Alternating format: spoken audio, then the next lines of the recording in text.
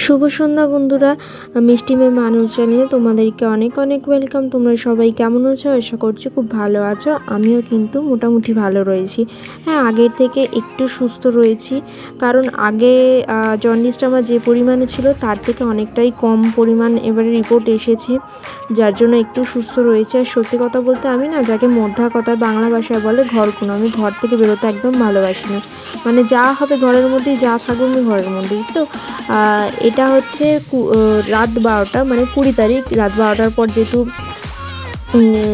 ডেটটা চেঞ্জ হয়ে যায়, পরের দিন পড়ে যায়, তো এটা হচ্ছে 20 তারিখ রাত্রের ভিডিও। মানে সেদিনকে আমরা অ্যাকচুয়ালি জানতাম না। আসলে আমরা একটা জায়গায় ঘুরতে যাচ্ছি, কোথায় যাচ্ছি সেটা এখন তোমাদেরকে এই মুহূর্তে আমি জানাচ্ছি না।